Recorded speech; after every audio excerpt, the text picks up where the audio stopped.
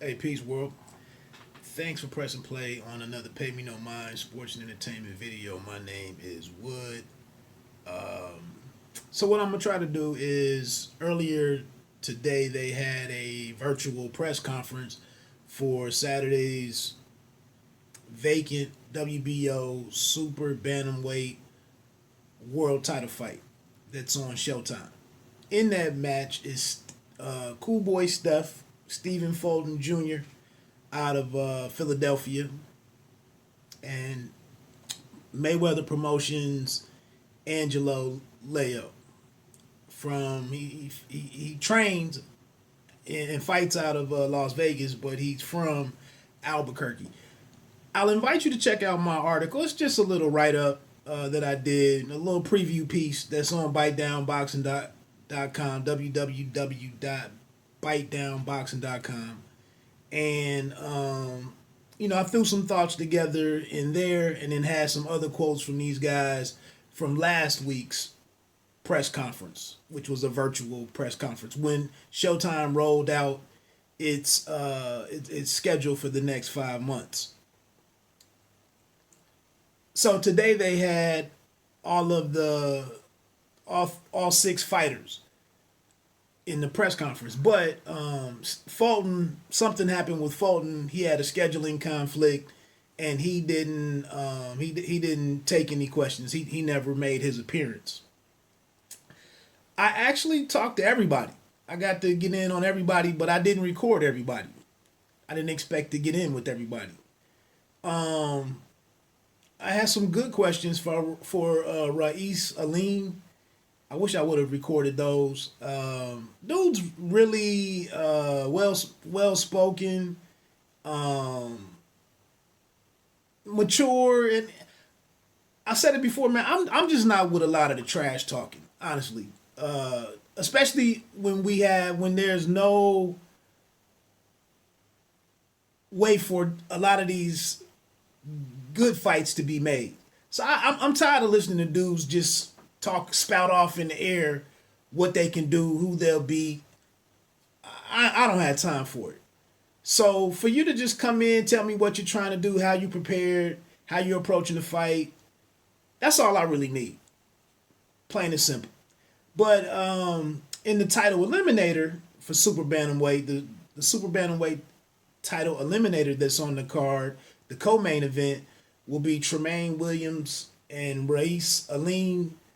Tremaine Williams, I vaguely recalled him. I think it's going to be a damn good fight. I really do. The opener will be light heavyweight Joseph George against Marcos Escudero, who's being trained by Kevin Cunningham. This is a rematch for those guys. I believe they met last November, I want to say. Joseph George is actually managed by former Washington football team All-Pro left tackle Trent Williams. And he, like I said, he upset Escudero last year. So what I'm getting ready to play is my couple of questions to Angelo Leo. And again, before I start, I think this is going to be a pretty good card. I think it's going to be pretty competitive. One, I think it's a great payoff for Showtime in investing in these two guys, in Fulton and Leo, who came through their Friday night series, Showtime Showbox, the new generation, which has produced 75 fighters who've gone on to become world champions. This guy can obviously be the 76, provided that we don't get a draw. Fulton is favored 3-1 about. I'm terrible with the betting stuff, but he's negative 330, I think is what it was. It's in the article. Angelo is at plus 225. And but like I said, both of these guys have kind of come through the Friday night series. They've at least been on there once or twice. I want to say Leo's been on there twice. I don't know if Fulton's been on there twice, but Fulton has been on the undercards of some of the Fox shows. Last year when I went to check out in Virginia, Garrett, I mean Jared Hurd when he was upset by damn Julian Williams, J Rock. He was on that undercard and had a really good. He beat a really experienced fighter, picked up the IBO title, and I actually have an interview down in the playlist where I spoke with him. And then Fulton's went on. Last time out, he took down Arnold Kagai. I can't think of whose undercard that was on. But so like I said, I like to see, and the whole thing here was why was Showtime has not been able to, or they've been on the losing end of getting the best fights out of PBC. A lot of the bigger guys have gone to Fox, and people thought that Showtime was on their way out of the business in many ways. So it was the Garcia and Red Cash was the Kagai fight with Fulton. So these are some questions. I didn't hit record on my first question to Leo, but maybe you can figure out what I was getting at. So here I'm getting ready to press play on this.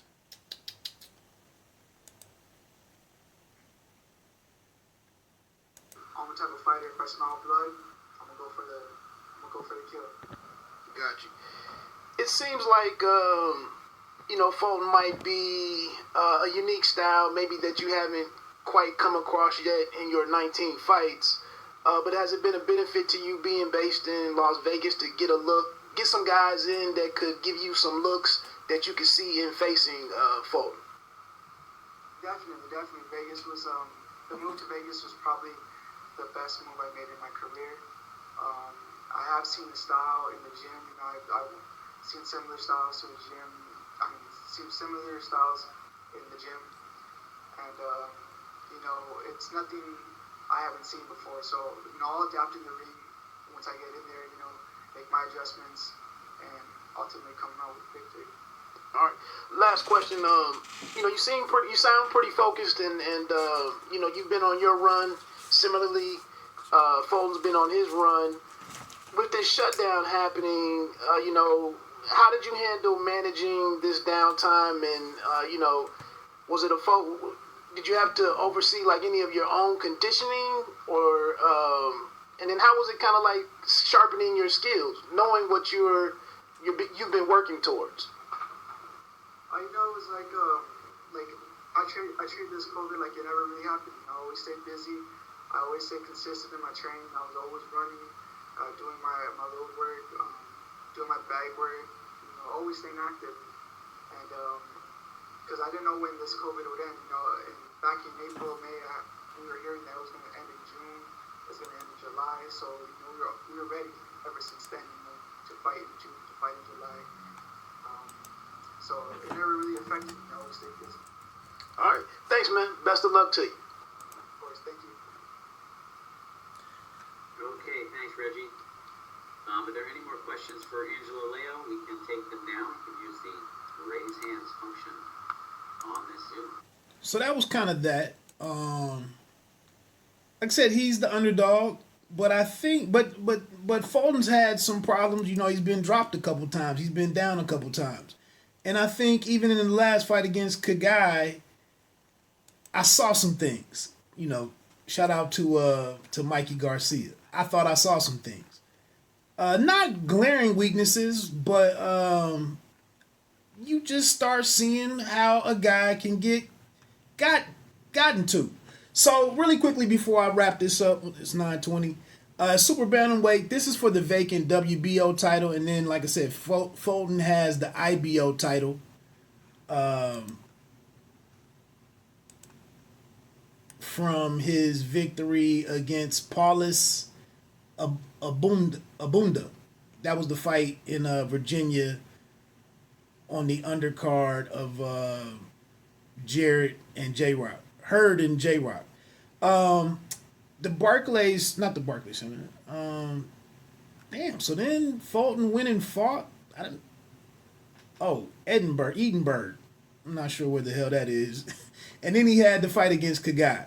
So, but what I was saying was, this would, one of these guys has a chance to win their first world title. And then just looking at Super Bantamweight, Mirajan Akhmadaliev, the cat who just beat Daniel Roman for his 2 titles, is now the division's unified champion. Seeing Akhmadaliev against either Fulton or Leo is interesting. Keep in mind, this belt was available because Emmanuel Navarrete, he went up to featherweight. So, that's how this title became vacant. We have Ray Vargas over with the WBC belt. So, like I said, this division became pretty hot, in my opinion. You have Luis Neri there. Daniel Roman is still in play. He's a guy that's on that Showtime schedule towards the end of the year. Brandon Figueroa is in play. Michael Conlon is up in the top 5, regardless of what you think of him. Somebody else in here that I saw. Dogbay is now up at Isaac Dogbay is now up at Super Bantamweight. This Tremaine Williams and Rais Alim fight is going to be something interesting. Mike Plania, who just beat Joshua Greer a couple of weeks ago on ESPN, he's in the mix. If you're interested in him. So, and I believe Super Bantamweight was one of the divisions talked about as being looked at as a next stop for the World Boxing Super Series if things hadn't went south, in the economy. And we still don't have the Dorticos and Brightus, whatever his name is. We still haven't even seen that finale from season 2 of the World Boxing Super Series. So, like I said, man, I think this is one of those situations. Could be a competitive fight. I don't know how it translates for casuals. When you look at when I try to compare it to like the UFC, it's probably not going to be. It could go without a knockout or a knockdown. Both of these fights could. Although Alim said he plans on putting Williams down, Tremaine Williams down. So so that's kind of that. I just kind of wanted to play my little